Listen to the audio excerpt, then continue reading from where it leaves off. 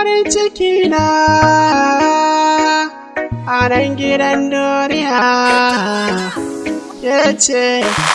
farin cikin duniya ni dai sai da ke zan yi rayuwa idan na rasa ki ni ma ba zan ƙara yin abu ba. Farin cikin duniya ni dai sai da ke zan yi rayuwa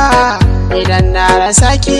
ni ma ba zan ƙara yin abu ba. Farin ciki na a nan gidan duniya shine abin auren ki,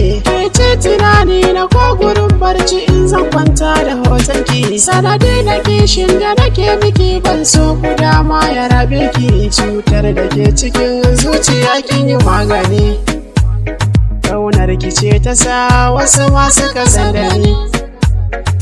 Na sani kina so da hakan ya sa gare ki na tambura, ni ba ni ji sanan ban gani akan san kina ɗaura ɗan mara, jirgi na so ki zo ni da ke mu hau jarumata mu yunkura, da ni da ke a soyayya mun zarfafa,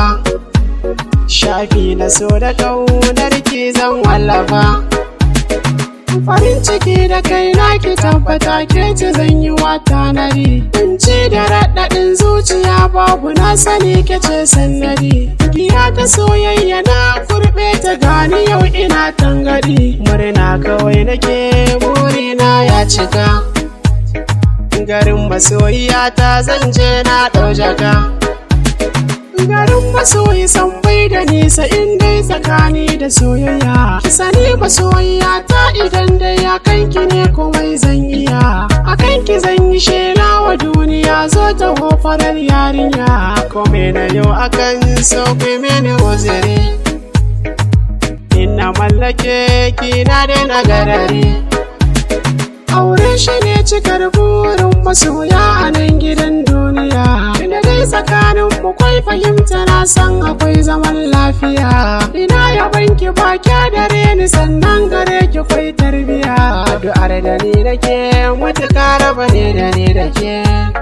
dan na yi dubiya sai da ke ni zana tsallake. Farin ciki na a nan gidan duniya yace farin cikin duniya ni dai sai da ke zan yi rayuwa